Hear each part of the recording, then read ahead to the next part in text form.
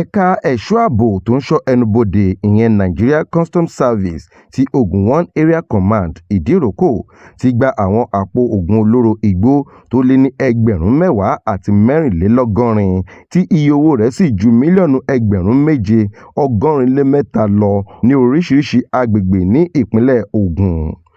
Olórí ẹ̀ka ẹ̀ṣọ́ ààbò náà, Olúkáyọ̀dé Afẹ́ni, sọ èyí di mímọ̀ nígbà tó ń fi àwọn oògùn náà lé ọwọ́ Williams Ẹkúndayọ̀, olórí NDLEA ní Ìdíròkò ní ọjọ́ Ìṣẹ́gun, ọjọ́ 12 oṣù karùn-ún ọdún 2026.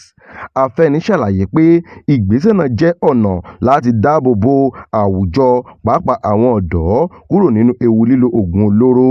Ó ní bí àwọn ò bá fọwọ́ òfin mú àwọn oògùn yìí, ó lè fa ìṣòro tó pọ̀ sí i nípa ìlera ọ̀pọ̀lọpọ̀ àti dídá àlàáfíà ìlú rú. Ó tún yin àwọn lọ́balọ́ba àti olórí ìlú agbègbè ẹnubodè tó ṣiṣẹ́ pọ̀ pẹ̀lú wọn láti ṣàṣeyọrí iṣẹ́ náà. Àwọn oníṣẹ́ ibi yìí gẹ́gẹ́ bí ọ̀gá àwọn àgbà àjọ tó ń gbógun ti oògùn olóró ṣe sọ, a kà wọ́n sí òṣìṣẹ́ ikú. Kò dẹ̀ sí nǹkan tí wọ́n lè ṣe láti kó àwọn nǹkan burúkú ìwọlé. So àwọn lọ́balọ́ba ń gbìyànjú, wọ́n bá wọn sọ̀rọ̀. In fact, àwọn tó jẹ́ bí ọ̀tọ̀kùlú ìlú, púpọ̀ nínú àwọn bá a ṣe mú àwọn kìíní kò ṣẹ̀yìn wọn, àwọn ló ń ta wá lólobó. A ní láti dúpẹ́ lọ́wọ́ àwọn lọ́balọ́ba àti àwọn tó jẹ́ bí adarí ìlú.